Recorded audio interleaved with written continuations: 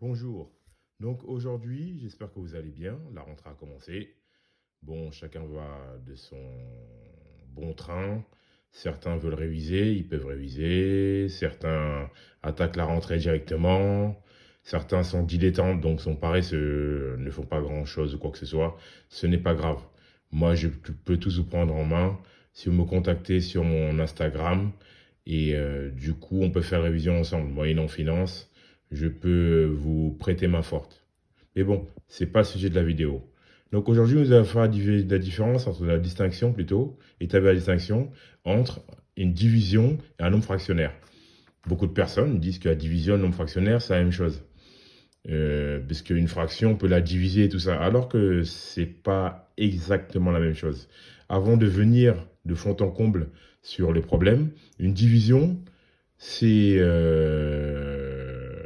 ça traite avec des algorithmes. Parce qu'un nombre fractionnaire, on l'utilise justement pour établir un style mathématique, pour établir un nouveau nombre mathématique qui n'est pas un antinaturel 1, 2, 3, 4, 5, 6, 7, 8, 9, 0, hein, ou bien un antirelatif, moins 1, moins 2, moins 3, moins 4, moins 5, ou bien un nombre réel 1,2, 23, 45, 20, 47, 48, 49, 23, 22, 19, 16, ou 3,14. Non, c'est pas ça. C'est pas un nombre réel, c'est pas un nombre complexe non plus, avec une partie réelle et imaginaire, i étant l'imaginaire pur, 2 plus i. C'est pas du tout ça. C'est pas du tout ça. Un nombre fractionnaire, c'est un nombre spécial, comme un nombre à virgule, comme un nombre négatif ou comme un nombre positif. C'est un nombre très très spécial. Mais bon, recommençons. Et ne faisons pas les préliminaires car nous devons aller droit au but, étant donné que nous sommes limités par le temps. En fait, une division, dans une division, qu'est-ce qu'on va trouver? À gauche, on va trouver un dividende, donc ce qu'il faut diviser, tout simplement. Le diviseur, ce qui divise le dividende. Et on va aboutir à deux quantités, même si le diviseur c'est 0. On en aura l'occasion d'en parler plus tard. Mais si on a un dividende, un diviseur, à gauche, en bas de la barre horizontale, en dessous du diviseur, on aura un quotient. À droite, on aura un quotient. En bas à droite, on aura un quotient. Et à gauche, on aura un reste. On en joue beaucoup en arithmétique modulaire, en mathématiques expertes. C'est ce qu'on appelle les congruences ou des choses comme ça. Par exemple, pour revenir sur la division, dans l'exemple de division, c'est la division euclidienne bien sûr, hein, grâce à un algorithme qu'on connaît très bien, 10 divisé par 2 ça donne 5 et le reste ce sera 0. J'épargne le cheminement, donc l'algorithme, parce que tout le monde le connaît. Par contre, un nombre fractionnaire, donc n indice f, nombre fractionnaire, n comme nombre et indice f comme fractionnaire. L'indice, c'est ce qui se trouve en bas à droite d'un caractère ou d'une chaîne de caractères.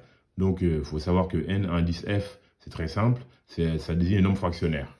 Et l'indice, c'est ce qui est en bas à droite d'une chaîne de caractères. Par exemple, je sais pas moi, si j'ai a puissance 8, a c'est la quantité et 8 c'est l'indice. Et a indice 1, a c'est la quantité et 1 c'est l'indice. Voilà. En fait, dans un nombre fractionnaire, on a un numérateur et un dénominateur. Et vous verrez qu'il y a plusieurs races de nombres fractionnaires. Par exemple, il y a des races de nombres fractionnaires avec le numérateur qui est supérieur au dénominateur. Il y a les nombres fractionnaires où on déduit très vite à quoi serait le nombre si ce serait un entier. Ça ne serait pas un nombre à virgule. Par exemple, 10 demi, ça serait 5. Et 1/25e, c'est un nombre fractionnaire où le numérateur est plus petit que le dénominateur. Donc voilà, cette vidéo était un peu longue. C'est la vidéo la plus longue que j'ai jamais faite.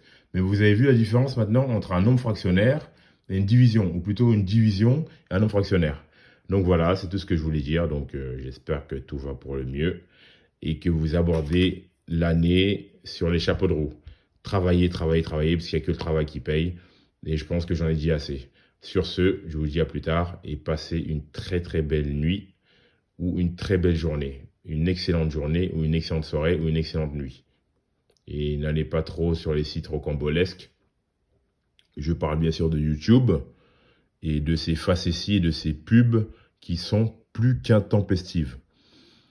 Mais bon, j'ai pas de leçon à vous donner, si ce n'est en mathématiques. Donc je vous dis à plus tard et reposez-vous bien.